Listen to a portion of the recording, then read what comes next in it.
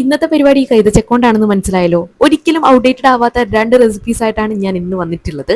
ആദ്യത്തേന് വേണ്ടിയിട്ടാണ് ഈ കൈതച്ചക്കയെ ഞാനിപ്പോൾ ഈ കബോർഡിൽ ഇങ്ങനെ കിടത്തി വെച്ചിട്ടുള്ളത്.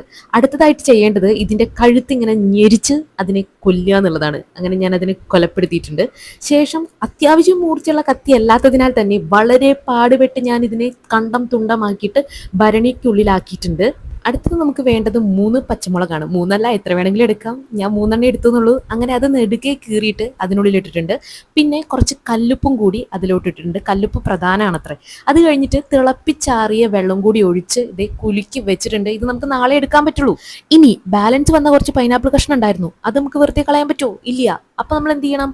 കുറച്ച് മുളക് പൊടി, കുറച്ച് ഉപ്പ്, കുറച്ച് വെള്ളമൊക്കെ കൂടി ചേർത്തിട്ട് ഈ പൈനാപ്പിൾ കഷ്ണം അങ്ങോട്ടും ഇങ്ങോട്ട് തട്ടി നന്നായിട്ട് അങ്ങ് കുഴച്ചങ്ങ് കഴിക്കുക. അപ്പൊ ബൈ.